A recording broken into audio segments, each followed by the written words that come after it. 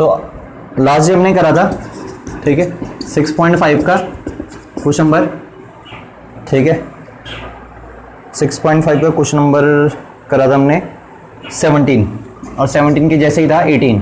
17 में square sheet थी, 18 में कैसे थी, रेक्टेंगुलर शीट। तो 18 आप लोग खुद करोगे, मैं बता रहा हूँ, ठीक है। 19 क्वेश्चन, ठीक है। तो 19 क्वेश्चन में क्या रखा है, show that of all the rectangles inscribed in a given fix circle. आपको ये एक फिक्स सर्कल है, अब इसमें एक वर्ड होता है, सुन लो, गिवन वर्ड होगा। अब यहाँ पे गिवन क्या दे रखा है, सर्कल गिवन दे रखा है हमें, गिवन फिक्स सर्कल। तो जो भी ऐसे गिवन स्टेटमेंट का चीज रहेगी ना, वो कांस्टेंट रहती है। अब जैसे सर्कल को फिक्स कर दिया, फिक्स सर्कल है, तो सर्कल को फिक्स करने का मतलब है जो उसकी सर्कल की डायमेंशंस होंगी ना, वो फिक्स होंगी। डायमेंशन का मतलब सर्कल की एक ही डायमेंशन होती है, रेडियस। तो इसका मतलब रेडियस क्या है, रेडियस क्या है इस केस में, कांस्टेंट, ठीक है। आगे जब हम क्वेश्चन करेंगे तो वहां पे भी कुछ ना कुछ चीज गिवन रहेगी, और गिवन नहीं रहेगी तो फिर आपको अपना दिमाग लगाना है कि कैसे हम उस क्वेश्चन में रिलेशन डेवलप करें, ठीक है। जरूरी नहीं कि हमेशा गिवन ही रहेगी, मैक्सिमम क्वेश्चन में लेकिन गिवन रहता है, खासकर किन क्वेश्चंस में, ठीक है। जो मेंसुरेशन वाले क्वेश्चन है उन क्वेश्चन में गिवन ऐसी स्टेटमेंट रहेगी, given fix circle, given surface area या गिवन स्लांट हाइट, ऐसा दिया रहेगा, ठीक है। तो गिवन का मतलब वो चीज कांस्टेंट होगी।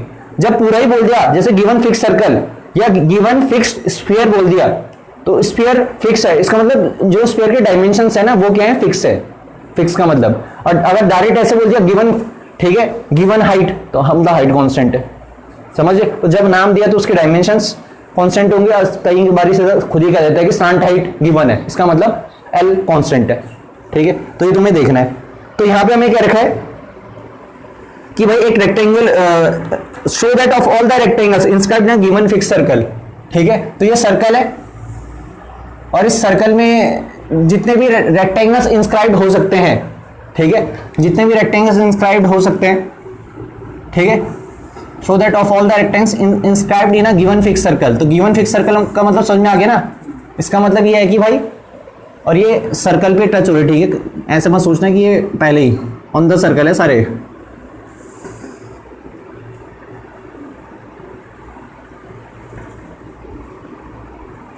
तो हमें शो दैट करना है कि जितने भी रेक्टेंगल्स फिक्स सर्कल के अंदर इंस्क्राइब्ड होंगे, तो उनमें से स्क्वायर का मैक्सिमम एरिया होगा। तो मतलब स्टार्टिंग में हमें ये रेक्टेंगल दे रखा है, ठीक है, लेकिन शो दैट हमें क्या करना है, ठीक है, इसे स्क्वायर शो करना है रेक्टेंगल, लेकिन हमें क्या करना है कि जितने भी रेक्टेंगल सर्कल के अंदर बंद होंगे, उनमें से सबसे मैक्सिमम एरिया किसका होगा, स्क्वायर का। तो अभी तो रेक्टेंगल है ना, तो हमें सबसे पहले इसे क्या प्रूव करना है, स्क्वायर। तो स्क्वायर इजीली प्रूव हो जाएगा, जब लेंथ और ब्रेड्थ बराबर आ जाएगी तो स्क्वायर प्रूव हो जाएगा, सही बात है ना। और स्क्वायर्स आर रेक्टेंगल्स, ठीक है। तो ये रेक्टेंगल हमें गिवन है, हमें इसे स्क्वायर प्रूव करना है, और साथ में क्या प्रूव करना है, इसका एरिया, मैक्सिमम प्रूव करना है एरिया। तो इसमें लेट क्या करोगे, इसके तरीके बहुत हैं, ठीक है। इसमें ट्रिग्नोमेट्री से भी कर सकते हो और नॉर्मल तरीके से भी कर सकते हो, मैं तुम्हें नॉर्मल तरीके से बता देता हूँ, ठीक है। तो नॉर्मल तरीके से होगा क्या, सबसे पहले लेट कर लो। तो लेट, ठीक है, length and breadth of rectangle भी, ठीक है, एक्स एंड वाई रिस्पेक्टिवली। तो मैंने लेंथ और ब्रेथ मान ली, ठीक है भाई। तो लेंथ और ब्रेथ कितनी मान ली मैंने, एक्स और Y, and let A be the, ठीक है, एरिया मुझे क्या प्रूव करना है, तो let A be the area of rectangle. A इसका, क्योंकि रेक्टेंगल हमें गिवन है ना, तो ये मैंने इसका एरिया मान लिया। अब हमें एक और चीज लेट करनी पड़ेगी, क्या, ठीक है, रेडियस। तो रेडियस को तुम लेट नहीं करोगे, क्योंकि ये तो हमारा क्या है, गिवन है ना ये, ठीक है। तो लेट तो वो चीज करते हैं जो अननोन है, ठीक है। तो ये रेडियस तो हमारा पता है कि फिक्स है, फिक्स मतलब कुछ ना कुछ कांस्टेंट है। अब कांस्टेंट कितने हैं, अगर आर मानेंगे तो आर यूनिट्स हो, ठीक है। तो से, ठीक है, are be the radius of circle. तो ये आर यहाँ पे क्या है, कांस्टेंट है, ठीक है। अब तुम करोगे क्या, तुम जब ए निकालोगे तो एरिया का फॉर्मूला कितना हो जाएगा बताओ, ये एक्स है और ये कितना है, वाई है, तो एरिया हो जाएगा एक्स वाई। अब मैं तुम्हें हमेशा सिखा रहा था, अब एरिया को क्या प्रूव करना है, मैक्सिमम प्रूव करना है, और साथ साथ ये भी प्रूव करना है कि जो ये हमने रेक्टेंगल मान रखा है, ये रेक्टेंगल क्या है, स्क्वायर है। तो एक्स और वाई को बराबर लेके आना है, वो तो क्रिटिकल पॉइंट से आसानी से निकल जाते हैं। लेकिन हमेशा तुम्हें दिमाग कहां पे लगाना है, दिमाग लगता है इस स्टेप से कि एक्स और वाई में रिलेशन ढूंढना है, समझे? इससे पहले कुछ नहीं है, लेट टू लिखना है, एक्स और वाई में रिलेशन कैसे ढूंढे। अब हर एक क्वेश्चन में यहीं पे गाड़ी क्या हो जाती है, बच्चों को अटक जाती है, क्योंकि हर क्वेश्चन में अलग अलग तरीके से निकलता है। इसमें ऐसा नहीं कि फिक्स तरीका है कि भाई हर किसी में एक ही तरीका लगेगा, ठीक है? तो हर क्वेश्चन में अलग अलग तरीका लगेगा। तो जब तक तुमने इसके लगभग 50 क्वेश्चन नहीं करे तब तक तुम्हें आइडिया नहीं आएगा कि भाई किस क्वेश्चन में कैसे रिलेशन निकाल सकते हैं बिटवीन एक्स एंड वाई, ठीक? क्योंकि बहुत सारे हैं तरीके, किसी क्वेश्चन में सिमिलरिटी लगता है, किसी क्वेश्चन में कुछ लगता है, किसी क्वेश्चन में ट्रिग्नोमेट्री लगती है, ठीक है? तो तुम्हें आना चाहिए, तो इसके लिए प्रैक्टिस होनी चाहिए।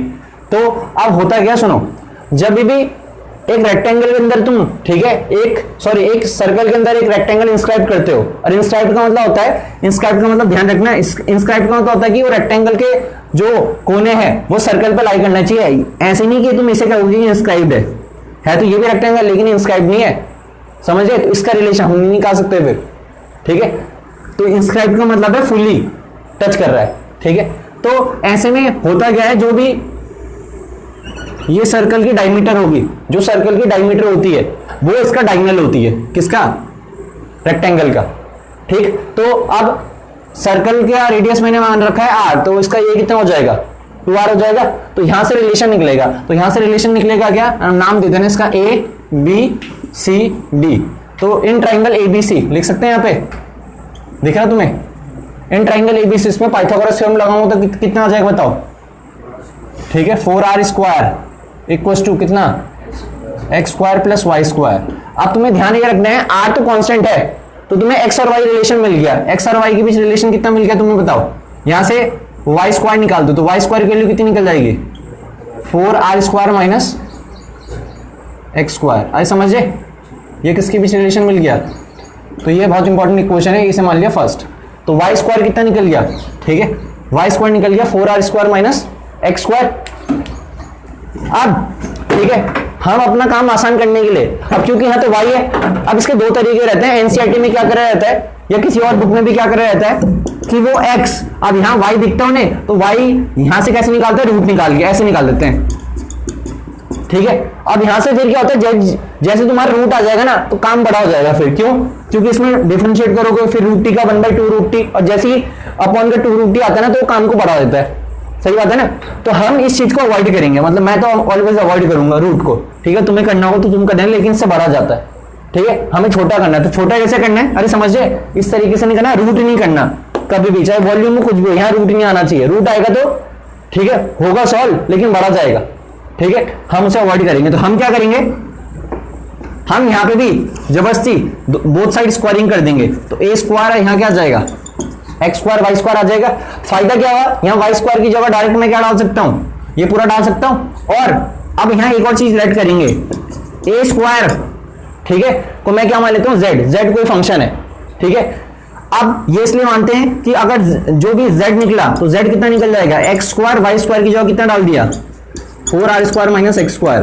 तो अगर मैंने z को मैक्सिमम प्रूव कर दिया तो ऑटोमेटिकली ए भी क्या हो जाएगा, मैक्सिमम, और z मिनिमम होगा तो ए भी क्या हो जाएगा, मिनिमम, क्योंकि ये डायरेक्टली प्रोपोर्शनल है। तो डायरेक्टली प्रोपोर्शनल में क्या होता है, ठीक है, अगर एक इंक्रीज करे तो वो भी इंक्रीज होगा, समझे? तो ये हो जाएगा, तो यहां से ये z आ गया। इससे फायदा ये होता है कि हमारा रूट वाला पोर्शन गायब हो जाता है स्क्वायरिंग करके, ठीक है? आंसर पे कुछ फर्क नहीं पड़ेगा, ठीक? मतलब मैंने ये फंक्शन मान लिया, z कोई फंक्शन है, ठीक है, जो कि a स्क्वायर के बराबर है।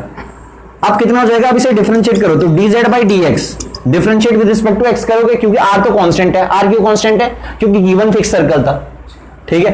अब इसमें तुम क्या लगा सकते हो, कहीं इसमें प्रोडक्ट रूल लगाएंगे और कहीं इसमें क्या करेंगे, मल्टीप्लाई करेंगे और फिर करेंगे सॉल्व। हम प्रोडक्ट रूल लगा लेते हैं, ठीक है? तो फर्स्ट फंक्शन को ऐसे लिखा, इसका डिफरेंशिएशन कितना हो जाएगा बताओ, -2x, ये तो कांस्टेंट है, तो -2x, ये कितना हो जाएगा, माइनस का 2, अरे बताओ, x की हो जाएगा। और फिर सेकंड फंक्शन को ऐसे लिखा, 4r square minus X square को ऐसे लिखा, और एक्स स्क्वायर का कितना हो जाएगा, ठीक है, 2x हो जाएगा, ठीक है भाई? अब क्या करो, थोड़ी इसकी कहानी और बढ़िया करो, कॉमन कुछ दिखता है तो कॉमन ले लो, ठीक है? उससे हमारा क्या होता है, जब दोबारा से डिफरेंशिएट करेंगे, डबल डिफरेंशिएशन तो करना ही है, तो वहां पे आसानी हो जाती है फिर। तो यहाँ पे थोड़ा कॉमन क्या दिख रहा है बताओ, 2x कॉमन दिखाई दे रहा, तो यहाँ पे कितना बचेगा बताओ, अरे बचेगा एक्स स्क्वायर, यहाँ पे कितना बचेगा, और यहाँ पे कितना बचेगा, ठीक है? और यहाँ पे शायद से माइनस का एक्स स्क्वायर बचेगा ना, तो अब इसे और थोड़ा सा अच्छा लिखो, क्या हो जाएगा ये 2x और ये हो जाएगा आपका 4r² माइनस, ठीक है 2x²। अरे सही है, तो ये निकल गया तुम्हारा dz/dx। अब dz/dx है तो खुद बताओ, सिंगल डिफरेंशिएट कर दिया तो क्रिटिकल पॉइंट निकालते हैं। तो फॉर क्रिटिकल पॉइंट या कई जगह ये लिखा रहता है using first order derivative test. तो फर्स्ट ऑर्डर डेरिवेटिव टेस्ट ये होता है क्रिटिकल पॉइंट निकालना, ठीक है। कंफ्यूज मत हो जाना कि क्योंकि मैं ज्यादातर क्रिटिकल पॉइंट बोलता हूं तो मुझे फिर इसी आदत पड़ गई। कई जगह फर्स्ट ऑर्डर डेरिवेटिव टेस्ट भी लिखा रहता है, तो फर्स्ट ऑर्डर डेरिवेटिव टेस्ट से क्रिटिकल पॉइंट ही निकलते हैं। तो dz/dx को क्या रख दिया बताओ? अरे 0 रख दिया। अब 0 रख दिया तो दिमाग में रखो इसे, 0 रख दिया तो 2 तो 0 के बराबर हो नहीं सकता, तो एक बार x 0 होगा। अब बताओ x 0 हो सकता है, मतलब यहाँ तो अलजेब्रिकली तो x 0 निकल गया, लेकिन यहाँ x 0 हो सकता है? हो ही नहीं सकता, तो रेक्टेंगल तो बनेगा ही ना, तो लेंथ कैन नॉट बी 0, ठीक है। तो x इसीलिए 0 के बराबर हम रख नहीं सकते, ठीक है। और अगर अलजेब्रा क्वेश्चन होता तो x 0 हो सकता था, लेकिन यहाँ ये मेंसुरेशन में तो x हमारी क्या लेंथ है, तो लेंथ कैन नॉट बी 0। फिर आखिरी में ये किसके बराबर आएगा? 0 के बराबर आएगा, तो 4r² माइनस 2x² किसके बराबर आ जाएगा? 0 के। तो यहां से ठीक है ये आ जाएगा 2r² इक्वल्स टू x²। अरे समझे? तो हमें क्या निकालना था? x कितना निकल जाएगा?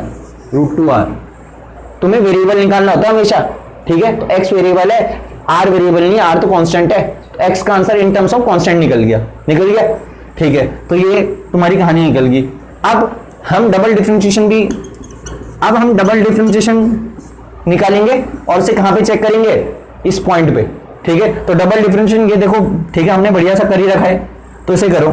तो ये 2x को ऐसे लिखा, ठीक है भाई। इसका डिफरेंशिएशन कितना हो जाएगा बताओ?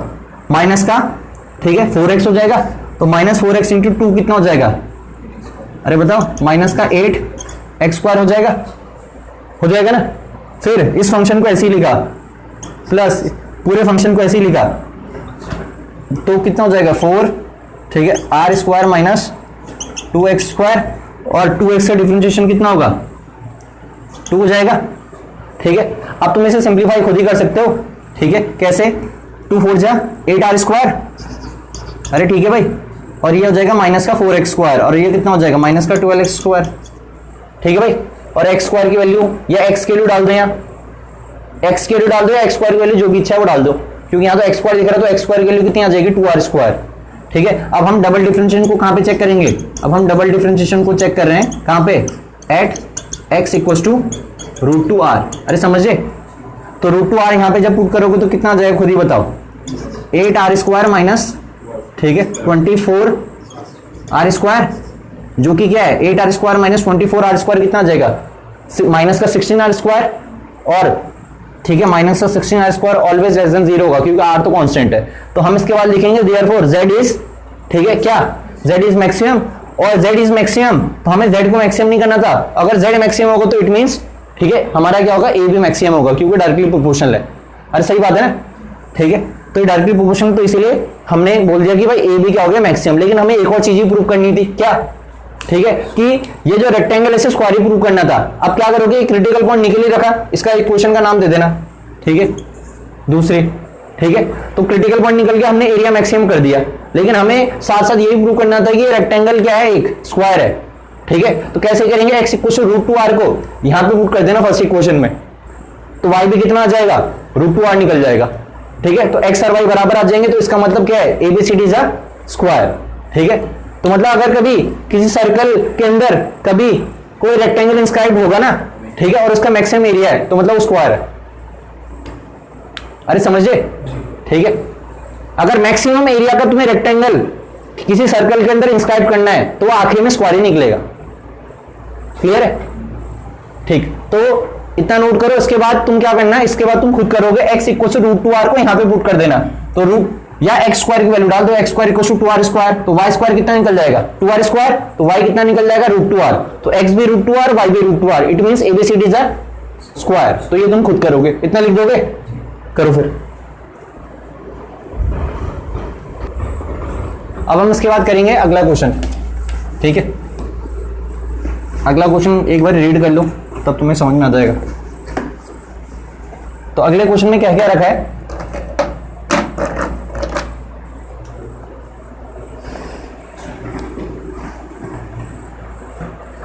अगले क्वेश्चन में ठीक है इसकी लैंग्वेज है 20, show that the right circular centre of given surface and maximum volume. ठीक है, तो ये राइट सर्कुलर सेंटर है। ठीक है, अब इसमें फिगर बनाने की जरूरत नहीं है, ठीक है, क्योंकि सेंटर ही दे रखा ना। जब फिगर के अंदर फिगर रहता है ना तब बना के दिखा दिया करो। अब सिंगल इसमें एक ही फिगर है। ठीक है, तो शो दैट हमें करना है of show that the right circular centre of given surface and maximum volume. तो गिवन सरफेस मतलब सरफेस एरिया क्या है, सरफेस एरिया क्या है, गिवन है। और सरफेस एरिया का मतलब क्या होता है यहां टीएस से। ठीक है, कर्व तुम्हें बोला रहेगा। ठीक है, अगर सिंपल सरफेस एरिया बोला था ना किसी भी फिगर का, उसका मतलब उसका क्या है, वो टोटल सरफेस एरिया। कर्व तुम्हें बोला रहेगा, अगर जैसे किसी फिगर का हमें कर्व बोला, कर्व कुछ करना हो तो उसके लिए स्टेटमेंट बोला रहेगा कर्व या लिटरल बोला रहेगा। अगर सिंपल सरफेस एरिया बोला तो उसका मतलब समझ जाना टीएस से। और टीएस से का फॉर्मूला मत लगा देना, क्वेश्चन कई बार वो चेंज कर देते हैं। कैसे, ये कोई सिलेंडर है which is open from the top, तो बच्चे तो याद कर रखते हैं टीएस से का फॉर्मूला क्या, 2 pi r square 2 pi r h plus 2 pi r square, ये होता है ना फॉर्मूला। अरे होता है ना, तो ऐसे याद रटे मत रहना, क्योंकि जब ओपन फ्रॉम द टॉप होगा तो एक ही सर्कल बनेगा, तो ये होगा फिर फॉर्मूला टीएसए का। तो याद भी मत करना, थोड़ा दिमाग लगाना है। ठीक, तो यहाँ पे given surface area, surface area का मतलब टीएसए हो गया। और बाकी जो भी चीजें हैं हमें सब प्रूव करनी है, जैसे ठीक है मैक्सिमम वॉल्यूम प्रूव करना है, और एक और चीज प्रूव करनी है कि हाइट किसके बराबर हो, डायमीटर का। डायमीटर क्या होता है 2r, तो ये भी हमें प्रूव करना है, और मैक्सिमम वॉल्यूम भी हमें प्रूव करना है। हमें गिवन सिर्फ सरफेस एरिया है।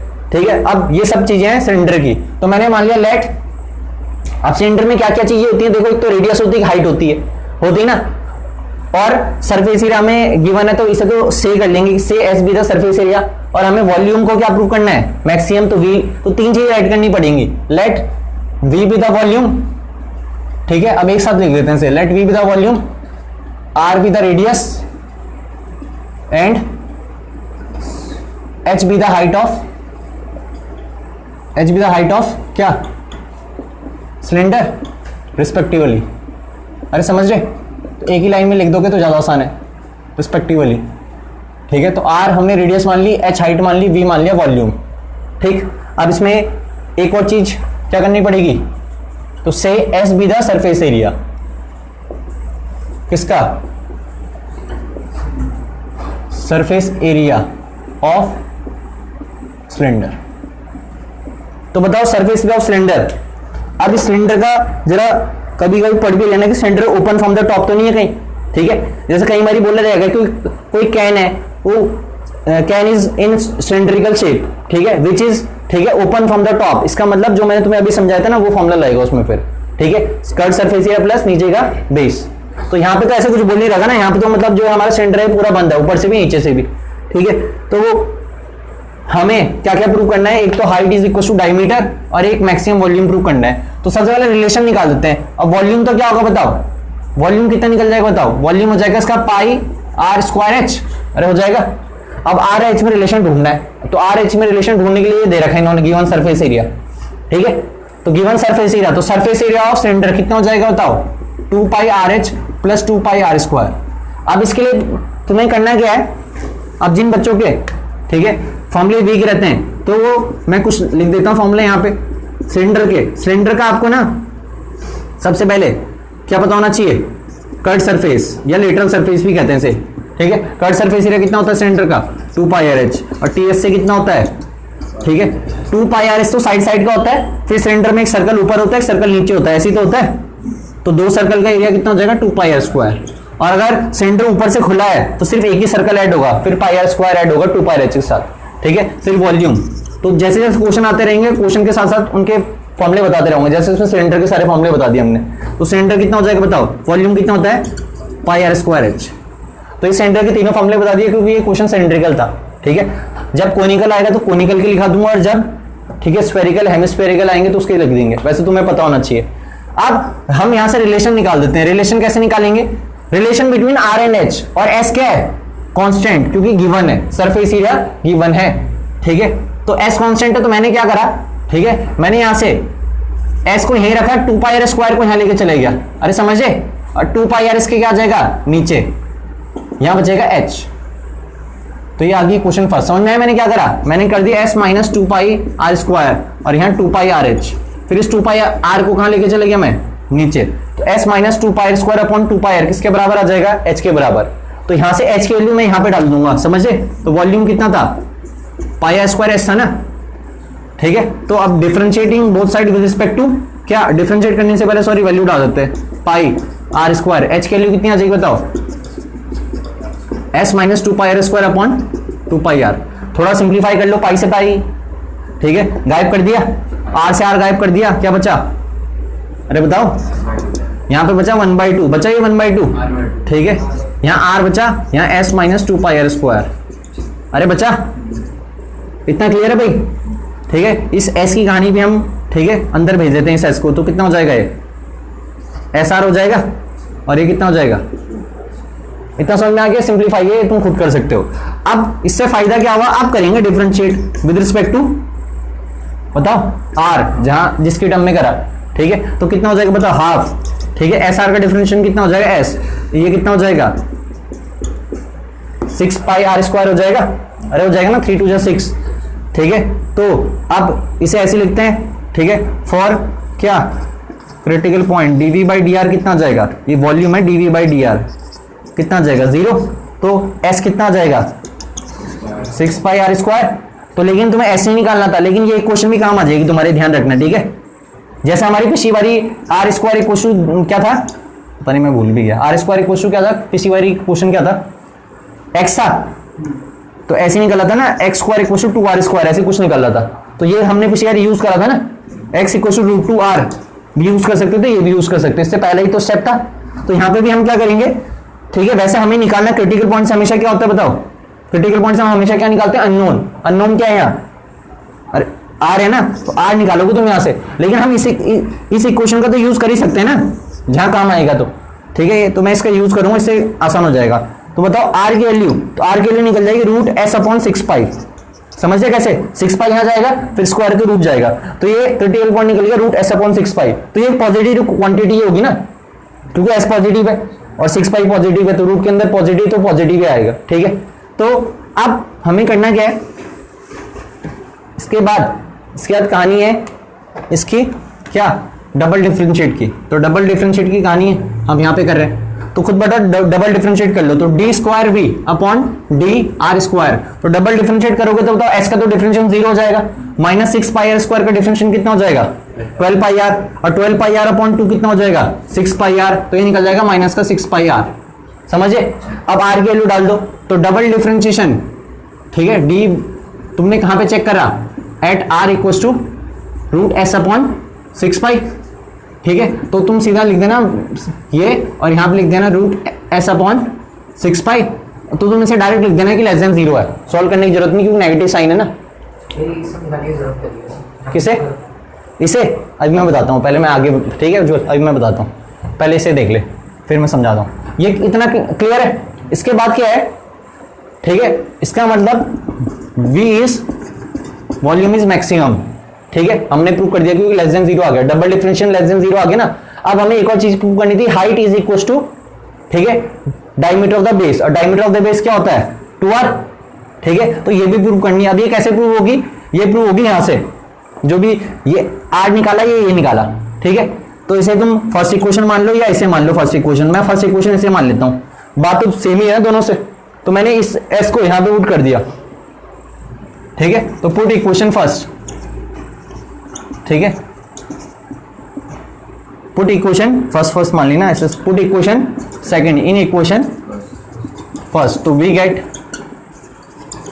गेट तो s को यहां पे डाल दिया 6 पाई आर स्क्वायर, तो 6 pi r square minus 2 pi r square upon कितना है 2 pi r equal to h, तो ये कितना आ जाएगा 4 पाई आर स्क्वायर, तो 4 pi r square upon 2 pi r is equal to h, कितना आ जाएगा h is equal to 2r। और यही तो है कि हाइट, h क्या थी, हाइट ऑफ सिलेंडर, और 2r क्या होता है डायमीटर ऑफ बेस। अरे सही बात है, डायमीटर 2r ही होता है, यही हमें प्रूव करना था, ठीक है। तो 20 के बाद 21 तुमने खुद करना भाई ट्राई, ठीक है, नहीं आएगा तो कल डिस्कस करेंगे। तो 21 आपका हो गया, ठीक है, होमवर्क। 23 मैं बता रहा हूं, जरा ध्यान से देखना।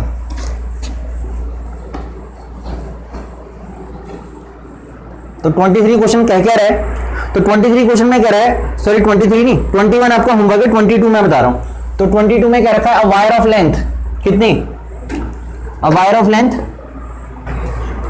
28 metre is cut into 2 pieces, one of the pieces to be made into a square. अब एक वायर थी पूरी, ठीक है, ठीक है, ये टोटल 28 मीटर की थी, इसका एक हिस्से से क्या बनाया, ठीक है, दूसरे हिस्से से क्या बनाया, जरूरी नहीं कि बराबर एक बांटे उससे, ठीक है, ये नहीं बोला, बच्चे अपने दिमाग में मान लेते हैं कि एक 14, ठीक है, अगर इक्वल पीसेस में बोला रहेगा तब होगा 14, यहां पे हमें नहीं पता। तो एक पीस की लेंथ मैंने मान ली x, तो बच्चे भी पीस की लेंथ कितनी हो जाएगी 28 माइनस एक्स, तो एक पीस से क्या बनाया, स्क्वायर। तो अगर इससे स्क्वायर बनाया तो बताओ, खुद बताओ, जो इसकी लेंथ होगी वही क्या होगी, पेरीमीटर का पेरीमीटर होगा, तो इसका मतलब पेरीमीटर ऑफ स्क्वायर किसके बराबर हो जाएगा, x के बराबर हो जाएगा, अरे हो जाएगा।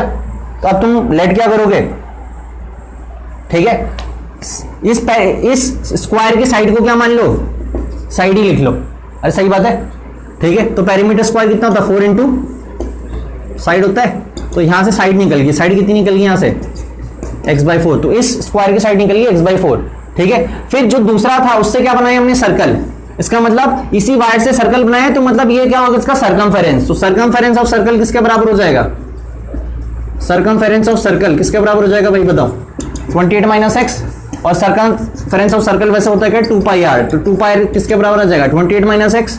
तो यहां से बताओ हमें निकालना क्या था, ठीक है, हमें रेडियस निकालना है, ठीक है, तो रेडियस कितना आ जाएगा 28 माइनस एक्स अपॉन 2π, सही है भाई। तो साइड निकाल दी स्क्वायर की और रेडियस निकाल दिया सर्कल का इन टर्म्स ऑफ एक्स, ठीक है, ये मेन काम कर दिया हमने यहां से। तो मतलब इस बार रिलेशन हमने यहां से निकाला, ठीक है। अब हमें क्या क्या रखा, आगे पढ़ो। अब हमें क्या रखा है कि भाई one of the pieces to be made into a square and other into a circle, what should be the length of the two pieces, तो हमें ये निकालना है x और 28 माइनस एक्स निकालना है, what should be the length of the two pieces, ठीक है, so that the combined area of the square and circle is minimum, ठीक है। तो तुम सबसे पहले लेट ये कर लेना, लेट कि हमने, ठीक है, एक वायर को, ठीक है, जो 28 मीटर की उसे x, ठीक है, मीटर लेंथ में काटा, तो रिमेनिंग क्या हो जाएगा 28 माइनस एक्स, ये लेट करना पड़ेगा, ठीक है, लिख देना लेट वाला पार्ट, मैं सीधा, ठीक है, अब क्या कर रहा हूं, तो मैं एक और लेट कर रहा हूं, लेट ए बी द क्या कंबाइंड एरिया किसका, let A be the combined area of circle, square and circle, ठीक है।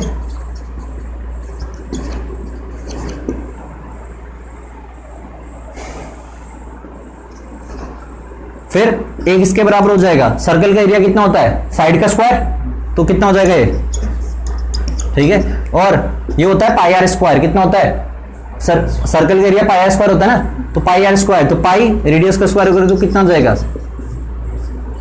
28 माइनस एक्स का होल स्क्वायर, और नीचे का स्क्वायर कर दो तो कितना हो जाएगा, समझे।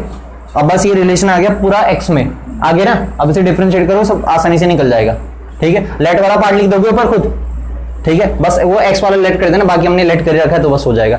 अब इसमें टाइप कैसे कैसे आते हैं सुनो, अब तुम्हें यहीं पे घुमा देगा, वो बोला रहेगा स्क्वायर, ठीक है, फिर इसमें बोल देगा कि ये इक्विलेटरल ट्रायंगल है, मतलब एक पीस से क्या बना है स्क्वायर, दूसरे पीस से क्या बना है इक्विलेटरल ट्रायंगल। तो इक्विलेटरल ट्रायंगल में दिमाग ही लगाना है कि इक्विलेटरल ट्रायंगल का पेरीमीटर कितना होता है, सम ऑफ ऑल साइड, तो तीनों साइड बराबर रहती है, तो इक्विलेटरल ट्रायंगल का पेरीमीटर कितना हो जाएगा 3 इंटू साइड, समझे। और एक और फिगर भी आता है, मेरे दिमाग में अभी नहीं आ रहा, वो तुम्हें क्वेश्चन में दिख जाएगा, ठीक है। एक स्क्वायर आता है, एक सर्कल आता है, एक क्या आता है, ठीक है, इक्विलेटरल ट्रायंगल आता है, एक और आता है, वो तुम्हें क्वेश्चन में दिख जाएगा अगर होगा तो, ठीक है। तो तुम्हें बस उन फिगर्स के बारे में पता होना चाहिए, सर्कल के बारे में पता होना चाहिए, स्क्वायर के बारे में पता होना चाहिए, ठीक है, इक्विलेटरल ट्रायंगल के बारे में पता होना चाहिए, ठीक है। फिर एरिया ऑफ इक्विलेटरल ट्रायंगल ही पता होना चाहिए, √3/4 इंटू, ठीक है, साइड स्क्वायर, ठीक। तो ये तुम इसके आगे खुद करोगे, इसके आगे मैंने सारी हिंट बता दी तुम्हें, ठीक। देखो इसे जरा, तो इस क्वेश्चन के आगे, ठीक है, ये तुम्हारा होमवर्क है। बाकी इसके आगे जो क्वेश्चन है ना, सुनो, अब इसके आगे जो क्वेश्चन है, तो इसके आगे जो 23 क्वेश्चन हो, काफी अच्छा क्वेश्चन है, ठीक है, तो ये तो मैं ही कराऊंगा, ठीक है। फिर 24, 25, 26 ये तीनों, ठीक है, तीनों क्या, तो तुम एक चीज कर सकते हो, 24 तुम्हारा होमवर्क लिख लो, 24 तुम कर सकते हो, बाकी 23, 25, 26 मैं बता दूंगा कल, ठीक है, क्योंकि ये थोड़े ट्रिग्नोमेट्री वाले हैं, ठीक है। तो तुम्हें कौन सा करना है, 24 होमवर्क है तुम्हारा, ठीक। फिर तुम्हें तीनों एमसीक्यू करने इस एक्सरसाइज के 27, 28, 29, 27, 28, 29, ठीक है, तीनों एमसीक्यूज, पीछे से आंसर मत देखना, सिंप्लीफाई करके करना। ठीक, फिर आ जाओ मिस्टीनियस में। अब मिस्टीनियस में ठीक है, तुम्हारे कौन कौन से होमवर्क है, एक तो 9th, एक 10th, एक 11th, ठीक है, ये तुम्हारे होमवर्क है मिस्टीनियस के, 9th 10th 11th, ठीक है, बाकी करेंगे कल।